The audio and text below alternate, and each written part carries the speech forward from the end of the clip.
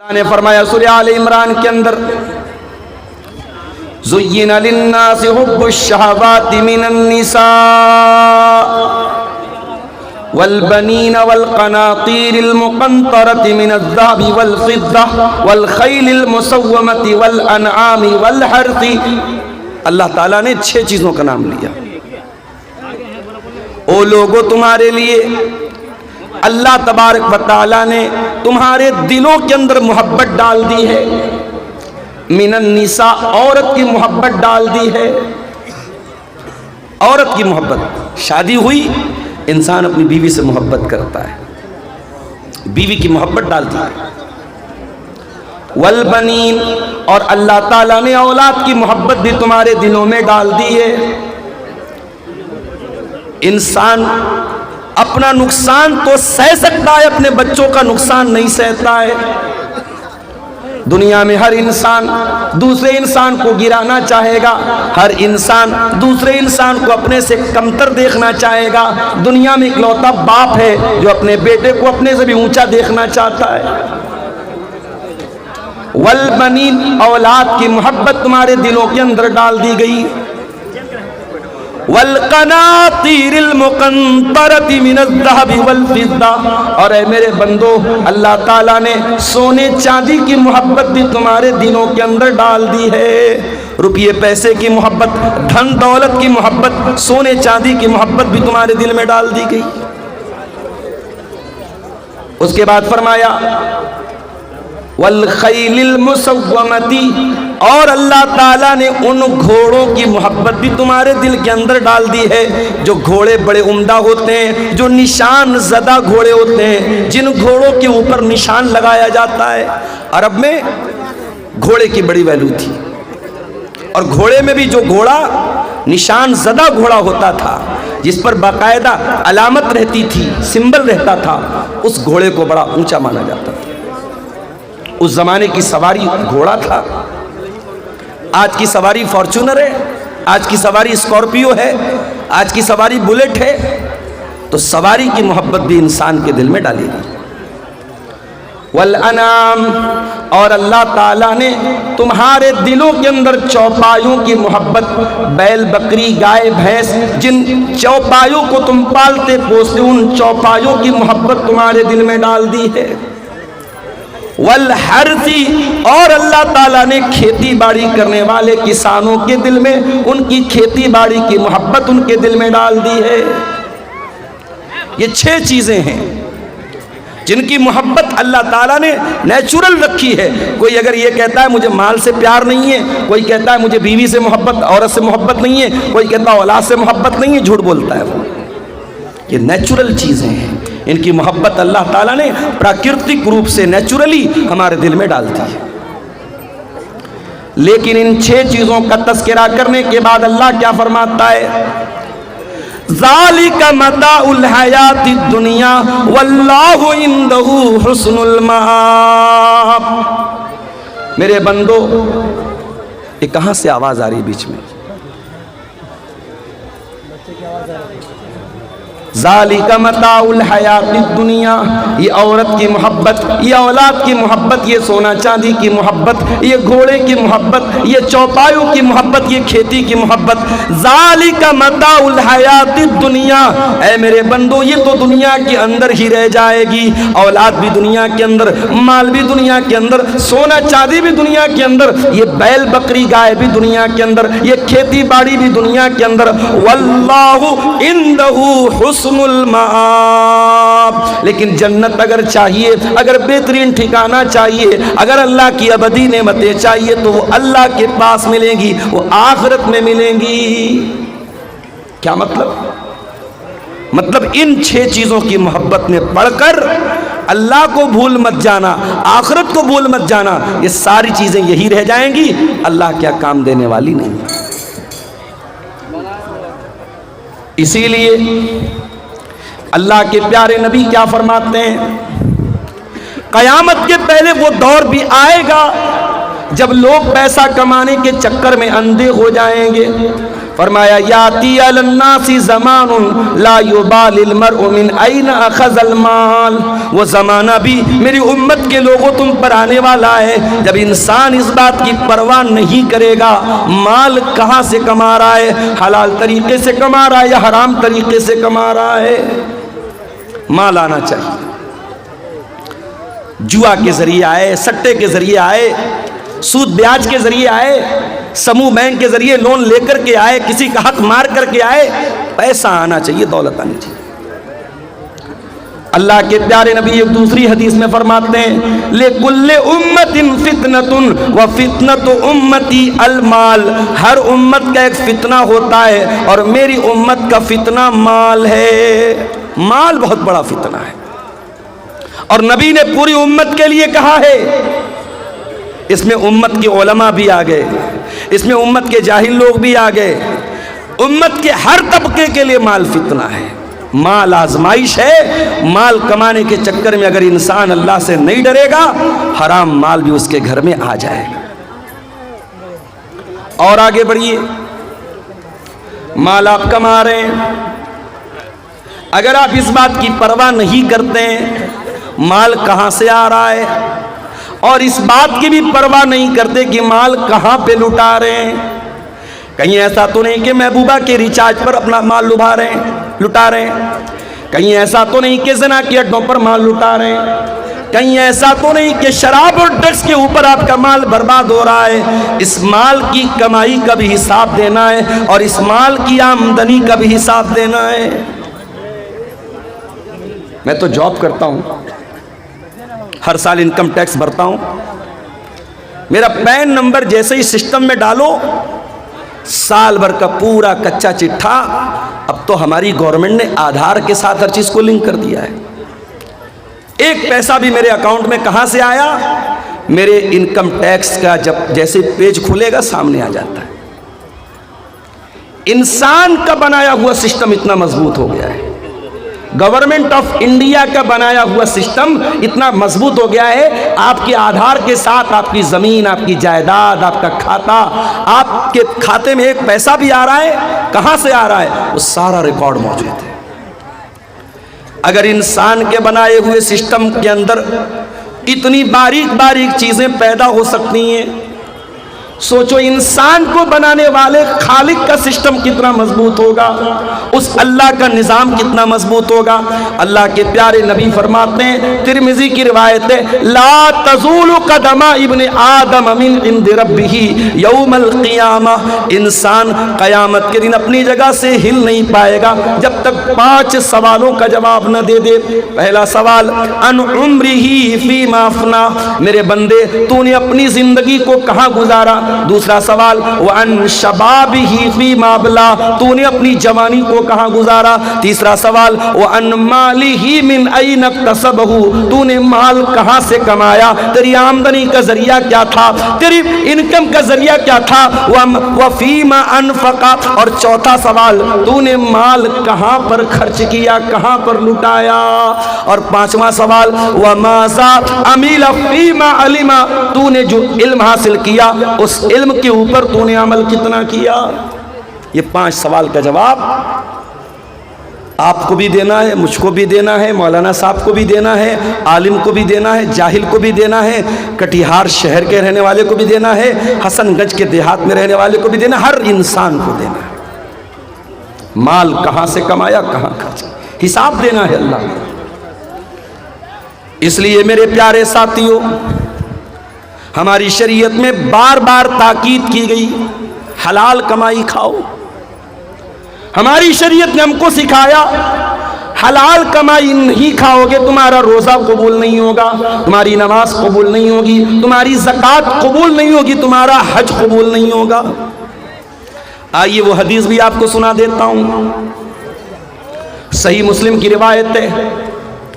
اللہ کے پیارے نبی فرماتے ہیں، ان اللہ طیب لا یقبل الا طیبا، اللہ تعالیٰ پاک ہے اور پاک ہی کو قبول کرتا ہے، اللہ تعالیٰ ناپاک چیز کو قبول نہیں کرتا ہے۔ تم چوری کرو، تم ڈاکہ ڈالو اور غریبوں کی مدد کرتے رہو، مدرسوں کی مدد کرتے رہو، مسجد کی مدد کرتے رہو، اللہ کو ایسے چندے کی ضرورت نہیں، اللہ کو ایسے صدقے کی ضرورت نہیں۔ ان اللہ طیب لا یقبل الا طیبا، اللہ پاک ہے اور پاک کو ہی قبول کرتا ہے۔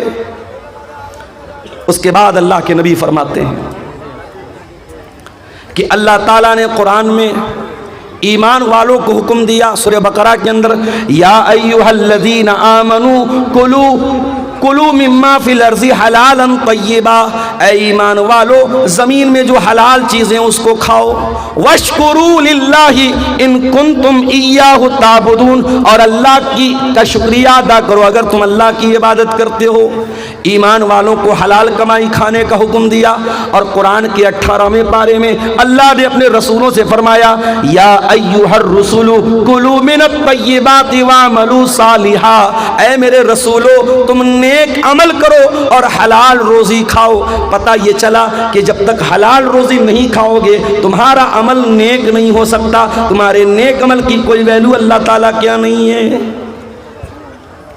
اس کے بعد اللہ کے نبی نے ایک مثال دی، آپ نے فرمایا ایک آدمی بہت لمبا سفر کر کے آتا ہے، اشعثا، اس کے بال بالکل میلے کچیلے ہو جاتے ہیں۔ ہم لوگ بھی سفر کرتے ہیں، سفر بتا دیتا ہے کہ انسان سفر سے آیا۔ رات میں پٹنہ میں شام کو 6 بجے پٹنہ میں تھا اور رات 12 بجے کشن گنج میں تھا، 100-120 کی سپیڈ سے گاڑی چل رہی تھی، کار سے آدمی آ رہا، آرام سے آ رہا ہے، مگر پہنچنے کے بعد انسان کی باڈی بتا دیتی ہے یہ سفر کر کے آیا ہے۔ اللہ کے نبی فرماتے اتنا لمبا سفر کر کے آیا ہے، اشعثا، بال پراگندہ اغبرا، اس کے کپڑے میلے کچیلے، اس کے کپڑے دیکھ کر کے پتا چل رہا ہے بڑا لمبا سفر کر کے آیا ہے۔ یمد یدیہ، اور اپنے ہاتھوں کو اٹھا کر کے اللہ سے دعا کرتا ہے۔ دیکھو جب بندہ ہاتھ اٹھا کے دعا کرتا ہے تو اللہ تعالیٰ دعا قبول کرتا ہے۔ اب یہیں سے یہ مسئلہ بھی نوٹ کر لو کہ دعا کے لیے ہاتھ اٹھانا یہ دعا کے آداب میں سے ہے۔ اب بعض لوگ کہتے ہیں صاحب نماز کے بعد ہاتھ اٹھا کے دعا کر سکتے ہیں کہ نہیں؟ اگر انڈیویزولی کر رہے ہو، الگ الگ کر رہے ہو، کر سکتے ہو، لیکن اگر اجتماعی ہو رہی ہے تب یہ بدعت ہے، اس کی گنجائش نہیں۔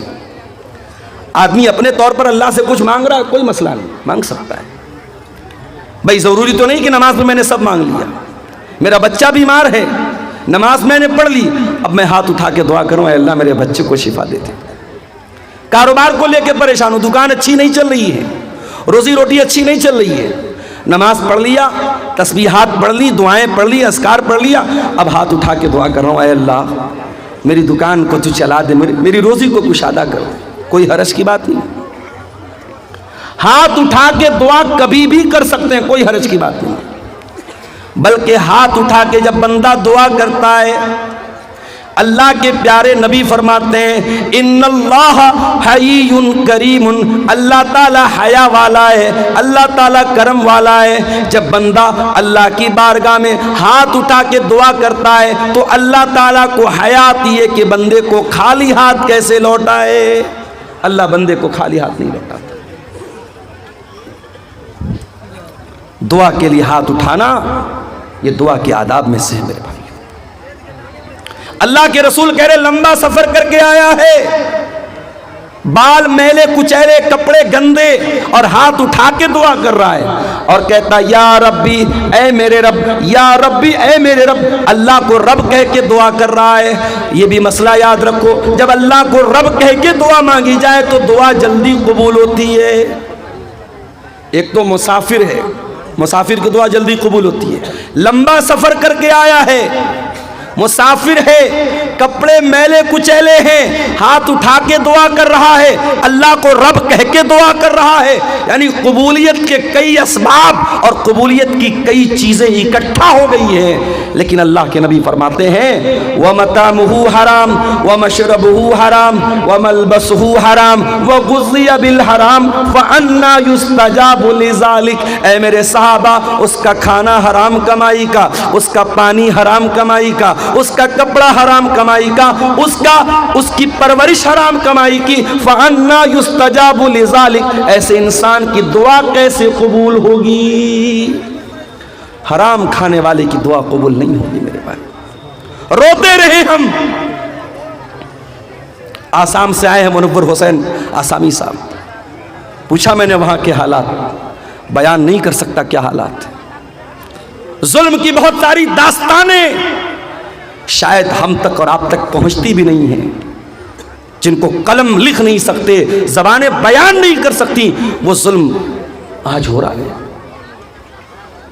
فلسطین کے شہر غزہ میں کیا ہوا؟ چھوٹے چھوٹے بچوں کے کیسے چتھڑے بنے، اور یہاں امام حرم دعا کر رہے ہیں، رمضان میں رو رو کے دعائیں ہو رہی ہیں، انڈیا کے چپے چپے میں دعائیں ہو رہی ہیں۔ یہ دعائیں کیوں قبول نہیں ہو رہی؟ کیونکہ ہم نے یہ دیکھنا بند کر دیا کہ ہماری کمائی حلال ہے کہ حرام ہے۔ اللہ کے نبی کے ایک صحابی ہیں، نام نوٹ کر لو، سعد بن ابی وقاص۔ ابھی پوچھو اتنا بڑا مجمع ہے، عبدالغفار صاحب آپ کی ہر تقریر سنتا ہوں، آپ کے ساتھ سیلفی لینے کا بڑا شوق ہے، کوئی رومال وغیرہ، ہر تقریر سنتا ہوں، ہر جلسے میں جاتا ہوں۔ ابھی پوچھ لوں کہ وہ 10 صحابہ کون ہیں جن کا نام لے کر کے اللہ کے رسول نے جنتی کہا ہے، تو مٹھی بھر لوگ ہوں گے جو صحیح بتا پائیں گے، جبکہ بچے بچے کو پتا ہونا چاہیے۔ 10 صحابہ جنتی ہیں، 4 صحابہ تو وہ ہیں جن کو ہم خلفائے راشدین کہتے ہیں، ابو بکر، عمر، عثمان، علی، یہ تو 4 ہی ہیں۔ اس کے علاوہ کون ہیں؟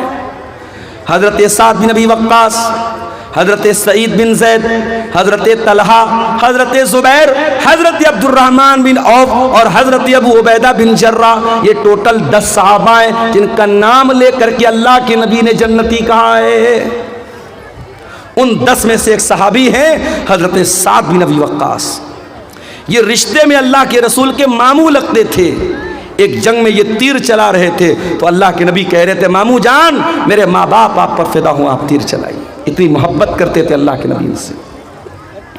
سعد بن ابی وقاص یہ بہت مستجاب الدعوات تھے، یہ جو دعا کرتے تھے ان کی دعا فوراً قبول ہو جاتی تھی۔ ان سے کسی نے پوچھا کہ اے سعد بن ابی وقاص کیا بات ہے، آپ جو بھی دعا کرتے ہیں آپ کی دعا فوراً قبول ہو جاتی ہے، اس کا راز کیا ہے، اس کا سیکرٹ کیا ہے، اس کا رہسیہ کیا ہے، کیوں آپ کی دعائیں جلدی قبول ہو جاتی ہیں؟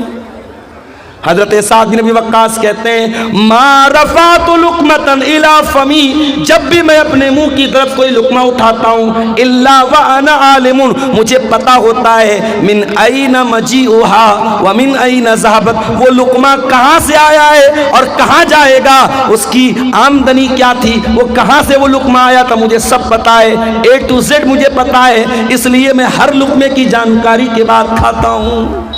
اللہ اکبر۔ یہ تھے صحابہ جو ایک لقمہ بھی اگر منہ میں ڈالتے تھے تو اس بات کی پرواہ کرتے تھے میں حلال طریقے سے کھا رہا ہوں یا حرام طریقے سے کھا رہا ہوں۔ یہاں تو بڑی بڑی بلڈنگیں حرام کمائی کی بن گئی، یہاں تو حرام کمائی سے بڑے بڑے امپائر کھڑے ہو گئے، بڑی بڑی بلڈنگیں بنا کے رکھ دی، لاکھوں کروڑوں کا بیلنس بنا کے رکھ دیا۔ وہ لوگ اللہ کو کیا حساب دیں گے، ہم ذرا بتا دو۔ دوسرے کا مال ناجائز طریقے سے اگر ہم نے کھایا ہے اللہ کو حساب دینا پڑے گا میرے بھائی۔ اچھا ایک بات بتاؤ، آج کے اس گئے گزرے دور میں بھی ہم مسجد کا احترام کرتے ہیں کہ نہیں کرتے ہیں؟ بہت احترام کرتے ہیں۔ شرابی جب مسجد کے پاس سے گزرتا ہے شرافت سے گزر جاتا ہے، نہیں، مسجد کے پاس کوئی ہڑدنگ نہیں، کوئی شرارت نہیں۔ اور ہمارے ہندوستان میں تو ہمارے غیر مسلم بھائی بھی مسجد کا بڑا احترام کرتے تھے۔ ہولی کا تہوار آتا تھا، ہولی کھیلتے تھے، ہم نے اپنے محلے میں دیکھا سارے محلے میں ہولی کھیل رہے، بیچ میں مسجد آئی، نہیں بھائی یہ مسجد ہے، یہاں کوئی بدتمیزی نہیں ہونی. یہ ایک ماحول تھا ہندوستان کا. وہ الگ بات ہے، دھیرے دھیرے نفرت کو ذہنوں میں ڈالا گیا. اب تو باقاعدہ مسلمان کی مسجد پر دوسرے مذہب کا آدمی اپنا جھنڈا لگانے کی کوشش کرتا ہے، اور مسجد کے سامنے گالی گلوچ بھی ہو رہا ہے اور بھڑکاؤ نعرے بھی لگائے جا رہے ہیں. حالات خراب کیے جا رہے ہیں، مگر مسجد کا احترام غیر مسلم بھی ہمارے دیش میں کرتا تھا اور کرتا ہے. مسجد کا احترام ہم سب کرتے ہیں. مسجد سے بھی بڑھ کر کے ایک مسلمان کی جان، ایک مسلمان کا مال اور ایک مسلمان کی آبرو کی اہمیت ہے میرے بھائی. آئیے بخاری کی وہ حدیث آپ کو سناتا ہوں. حدیث کے راوی کون؟ عبداللہ بن عباس. عبداللہ بن عباس کون ہے؟ نبی کے چچا کے بیٹے ہیں، 8 سال کے بچے ہیں. رات میں جب اللہ کے نبی تہجد کے لیے اٹھا کرتے تھے، عبداللہ بن عباس آتے تھے اور وضو کا پانی لا کے رکھ دیتے تھے. او لوگو، تمہارے محلے میں علماء آتے ہیں، تمہارے گاؤں میں علماء آتے ہیں، تمہارے علاقے میں جماعت کے بڑے بڑے علماء آتے ہیں، کم سے کم اپنے چھوٹے بچوں کو علماء سے ملاقات کے لیے لے کر کے آیا کرو. ان کو علماء کا احترام تو سکھایا کرو، ان کے دل میں علماء کی محبت تو ڈالا کرو. نبی رات میں اٹھتے ہیں، تہجد کی نماز کے لیے اٹھتے ہیں، اور وضو کا پانی لے کر کے کون آتا ہے؟ 8 سال کا بچہ آتا ہے. نام کیا ہے؟ عبداللہ بن عباس. نبی نے پوچھا یہ وضو کا پانی کون لایا؟ جواب ملا عبداللہ بن عباس لایا. نبی نے رات کے اندھیرے میں دعا کی، اللہم علمہ القرآن، اے اللہ تو عبداللہ بن عباس کو قرآن کا علم عطا فرما دے، قرآن کا عالم بنا دے، قرآن کی نالج دے دے، قرآن کا گیانی بنا دے، قرآن کی تفسیر کا علم دے دے. اور آج جب بھی آپ تفسیر کی کوئی بھی کتاب اٹھائیں گے، سب سے زیادہ اگر کسی کا نام آپ کو ملے گا، عبداللہ بن عباس کا نام ملے گا. قرآن کریم کی تفسیر میں نمبر 1 مانے جاتے ہیں صحابہ کرام. یہ نبی کی دعا کی برکت تھی. وہی عبداللہ بن عباس روایت کرتے ہیں، اللہ کے پیارے نبی اپنی زندگی کا پہلا اور آخری حج کر رہے ہیں، اور حج کے موقع پر تقریباً 1.25 لاکھ صحابہ کرام آپ کے ساتھ ہیں. ذی الحجہ کی 10 تاریخ آتی ہے، عید الاضحیٰ کا دن آتا ہے، یوم النحر آتی ہے. اللہ کے پیارے نبی اپنے صحابہ کے ساتھ ہیں. آپ نے منی کے میدان میں فرمایا، ایو یوم ھذا، اے میرے صحابہ یہ کون سا دن ہے؟ صحابہ نے کہا یوم حرام، آج کا دن تو یوم النحر ہے، آج کا دن تو 10 ذی الحجہ کی تاریخ ہے، آج کا دن تو بڑا احترام والا ہے. پھر آپ نے پوچھا ایو بلد ھذا، یہ شہر کون سا ہے؟ صحابہ کرام نے کہا بلد حرام، اے اللہ کے نبی یہ تو مکہ شہر کا ایک حصہ ہے، یہ تو مکہ شہر ہے جو امن والا شہر ہے، جو بڑا احترام والا حرمت والا شہر ہے. پھر آپ نے پوچھا ایو شہر ھذا، یہ کون سا مہینہ ہے؟ صحابہ کرام نے فرمایا شہر حرام، یہ تو حرمت والا مہینہ ہے، یہ تو ذی الحجہ کا مہینہ ہے. اب ذرا نبی کے الفاظ سنو. اللہ کے پیارے نبی نے فرمایا ان دماءکم واموالکم واعراضکم حرام علیکم کحرمت یومکم ھذا فی بلدکم ھذا فی شہرکم ھذا. اے مسلمانوں کان کھول کر کے سن لو، تمہاری جان، تمہارا مال اور تمہاری عزت و آبرو ایک دوسرے کے لیے حرام ہے. اسی طریقے سے جیسے آج کا یہ دن حرمت والا ہے، جیسے یہ مکہ شہر حرمت والا ہے، جیسے یہ ذی الحجہ کا مہینہ حرمت والا ہے، ایک دوسرے کی جان اور مال کا اتنا ہی احترام کرو.